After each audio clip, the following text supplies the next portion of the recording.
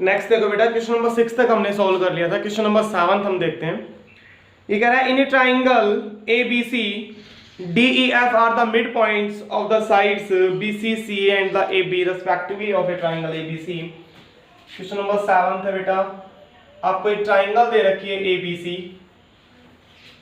ये कोई ट्राइंगल है भाई ए बी सी, इसकी तीनों साइड्स के मिड पॉइंट आपको दे रखे हैं बेटा। तीनों साइड्स के मिड पॉइंट, इसका मिड पॉइंट डी है, ये ई है और ये एफ है। ये कह रहा है if the area of triangle A B C complete जो ट्राइंगल है इसका आपको एरिया दे रखा है, area of triangle A B C which is equals to 56 centimeter square. Then find the area of parallelogram AEDF। AEDF parallelogram का आपने area निकालना है। एरिया ऑफ पैरेललोग्राम AEDF, ये बेटा आपने फाइंड आउट करना है, ठीक है। देखो बेटा, ये जो डायग्राम हमारे पास बन रहा है, किसी भी ट्राइंगल में जब आप तीनों साइड्स के मिड पॉइंट को आप अटैच करते हो, किसी भी ट्राइंगल में जब आप तीनों साइड्स के मिड पॉइंट को अटैच करते हो, तो यहाँ पे देखो 1 2 3 4, ये 4 छोटी ट्राइंगल्स बन रही हैं बेटा। इन चारों ट्राइंगल्स का जो एरिया है ना वो इक्वल होता है। इन चारों ट्राइंगल्स का एरिया इक्वल होता है। कैसे इक्वल होता है देखो, पहले हम इसको वेरीफाई करते हैं। इन चारों ट्राइंगल्स का एरिया इक्वल कैसे होता है बेटा।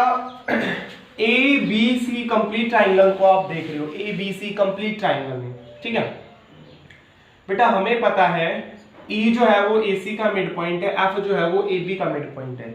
We know that E is the mid point, E is the mid point. E जो है वो मिड पॉइंट है, E is the mid point of A C.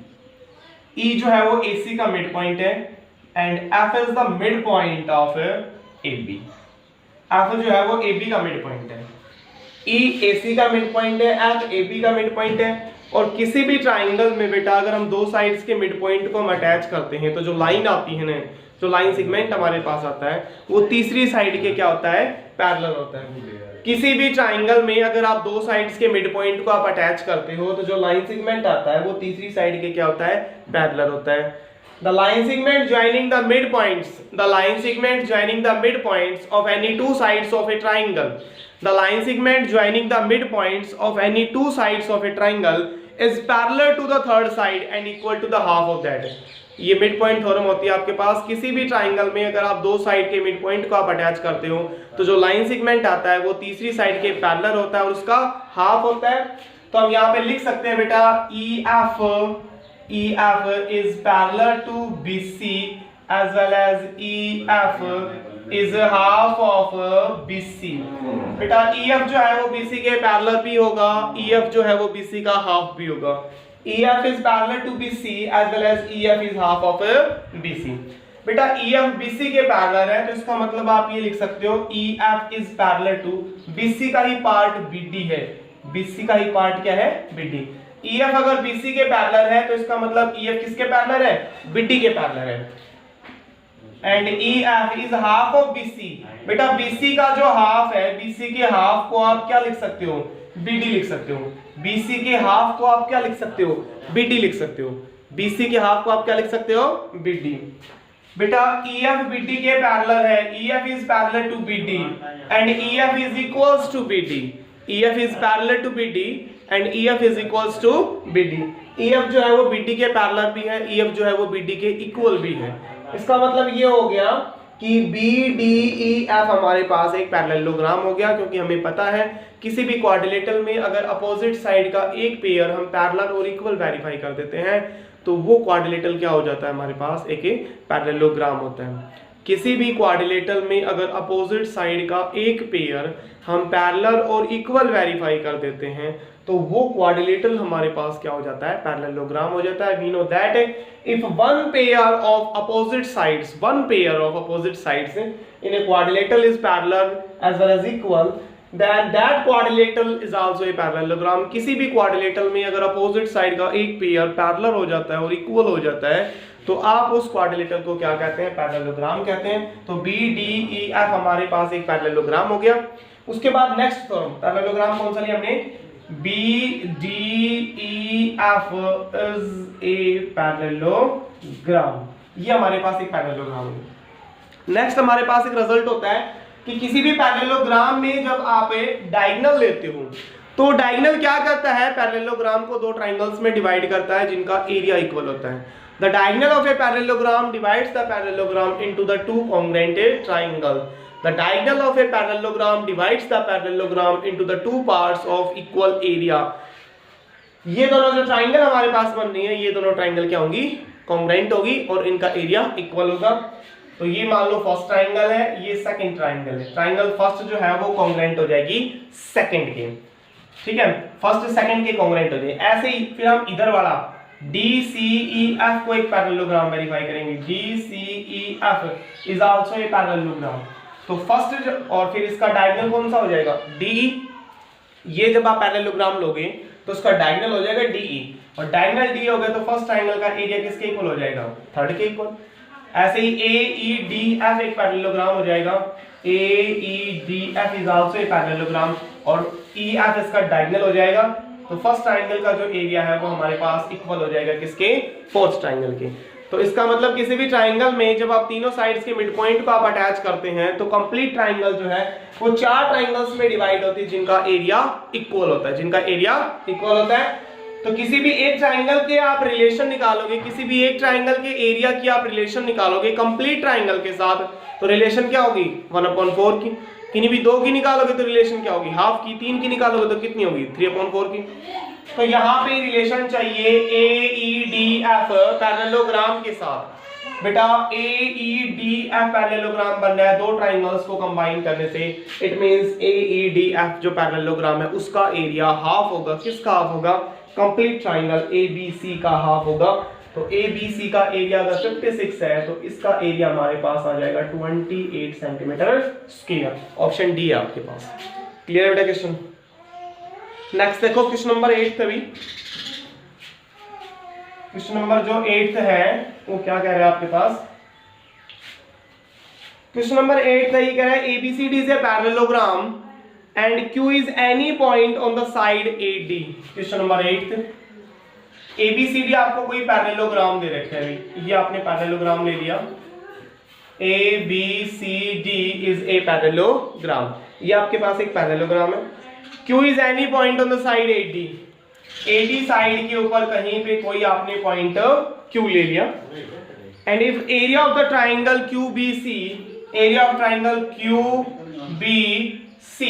QBC जो ट्राइंगल आपके पास बन रही है, QBC का जो एरिया है बेटा वो आपको गिवन है 10 सेंटीमीटर स्क्वायर के। QBC का जो एरिया है वो आपको गिवन है 10 सेंटीमीटर स्क्वायर के। Then find the area of QAB। QAB ये फर्स्ट ट्राइंगल है भाई, QAB प्लस QDC, इन दोनों का जो एरिया है वो आपने प्लस करके बताना है कितना होगा।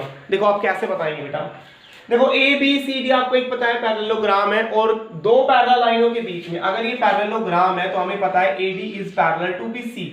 AD जो है वो किसके पैरेलल है, BC के पैरेलल है। और दो पैरेलल लाइनों के बीच में एक ही बेस पे अगर एक पैरेललोग्राम बनता है और एक ट्राइंगल बनती है तो ट्राइंगल का जो एरिया है वो पैरेललोग्राम के एरिया का क्या होगा, हाफ होगा। ट्राइंगल का जो एरिया है वो पैरेललोग्राम के एरिया का क्या होगा बेटा, हाफ होगा। तो अगर ट्राइंगल का एरिया 10 है तो कंप्लीट पैरेललोग्राम का एरिया कितना होगा, 20 सेंटीमीटर स्क्वायर। ठीक है, तो 10 तो इसका है, इट मींस रिमेनिंग पार्ट में चाहे दो ट्राइंगल बनाओ चाहे तीन बनाओ चाहे कितने भी ट्राइंगल्स बन रही हो, रिमेनिंग पार्ट का जो एरिया है वो भी हमारे पास कितना ही होगा, 10 सेंटीमीटर स्क्वायर। तो इन दोनों ट्राइंगल्स का एरिया जब आप प्लस करेंगे तो कितना आएगा, 10 सेंटीमीटर स्क्वायर। क्लियर है भी बेटा। दो पैरेलल लाइनों के बीच में एक ही बेस पे एक ट्राइंगल बन रही है, QBC एक ट्राइंगल बन रही है और एक पैरेललोग्राम बन रहा है। तो ट्राइंगल का जो एरिया है वो पैरेललोग्राम के एरिया का हाफ होता है।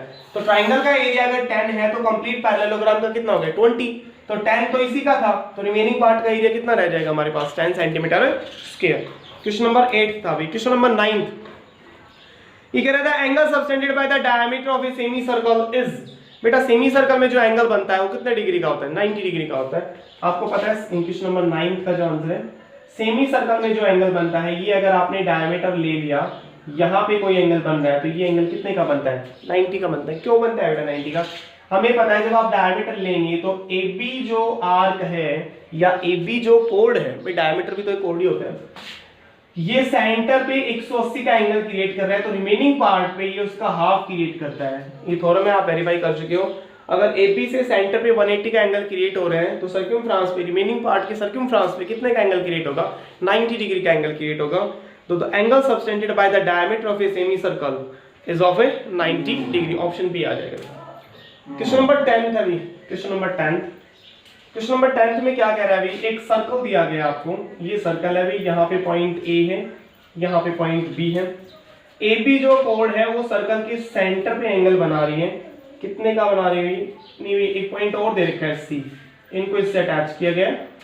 यहाँ पे एंगल दे रखा है 120 डिग्री, और यहाँ पे जो एंगल है वो दे रखा है 100 का। भाई 100 है, 120 है, 220 हो गया। तो यहाँ पे जो एंगल बनेगा 360 में से 220 को माइनस कर देंगे, तो सेंटर पे जो एंगल बनेगा वो हमारे पास कितने का आ जाएगा? 140 का। ये एंगल हमारे पास 140 का। ये कह रहा है फाइंड द एंगल ACB, ये एंगल आपसे पूछ रहा है। तो बेटा ये अगर 140 हो गया तो AB आर्क से सेंटर पे 140 क्रिएट हो रहा है, तो रिमेनिंग पार्ट जो है यहाँ पे कितने का एंगल क्रिएट होगा? 70 डिग्री का एंगल क्रिएट होगा। ऑप्शन सी आ जाएगा बेटा। क्वेश्चन नंबर 11 देखो भाई, क्वेश्चन नंबर 11 है बेटा। 11 की स्टेटमेंट क्या है? क्वेश्चन नंबर 11 में कह रहा है भाई आपको एक सर्कल दिया गया है, ये सपोज कोई सर्कल दिया गया है बेटा। AC जो आर्क है वो सेंटर पे एंगल क्रिएट कर रही है, सेंटर पे एंगल क्रिएट कर रही है 150 का, और फिर यहाँ पे एंगल क्रिएट कर रही है पॉइंट B पे X का, और स्टेटमेंट है एंगल X आपने फाइंड आउट करना है। तो सिंपल सा क्वेश्चन है बेटा। भाई आपको पता है कोई भी आर्क सेंटर पे बनाएगी, रिमेनिंग पार्ट पे उसका हाफ बनाएगी, तो हाफ तो उधर क्रिएट होगा ना। तो ये 150 है, तो ये एंगल आपके पास कितने का हो जाएगा? 210 का हो जाएगा। भाई सेंटर पे आपको पता है 360 क्रिएट होता है, सेंटर पे 360 क्रिएट होता है, तो ये 150 है, तो ये 210 का होगा। क्लियर है भाई? और ये 210 का है, तो x की वैल्यू इसकी हाफ हो जाएगी 105। एंगल x जो है वो 105 डिग्री का आ जाएगा। ऑप्शन बी आ जाएगा। ठीक है भाई। क्वेश्चन नंबर 12, क्वेश्चन नंबर 12 है भी।